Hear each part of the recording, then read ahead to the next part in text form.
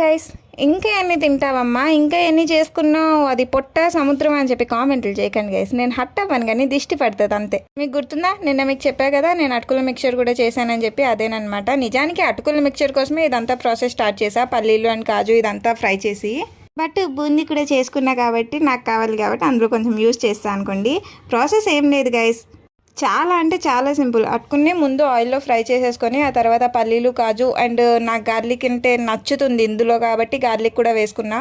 దాంతోపాటు పచ్చిమిర్చి కూడా వేసుకొని కారం మసాలా, ఉప్పు, చాట్ మసాలా ఇవన్నీ వేసేసుకొని బాగా మిక్స్ చేసుకోవడమే అంతే.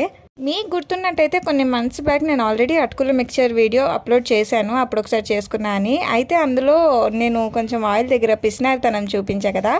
ఈ టైం అలా కాదు గైస్, ఫుల్గా ఆయిల్ వేసి మంచిగా ఫ్రై చేసా. అందుకే ఆయిల్ ఎంత వేసానంటే కింద మొత్తం ఆయిలే వచ్చింది. బట్ టేస్ట్ అయితే బాగానే ఉంది గైస్. ఓకే, ఈ వీడియో నచ్చినట్టయితే ప్లీజ్ గైస్ సబ్స్క్రైబ్ చేసుకోండి.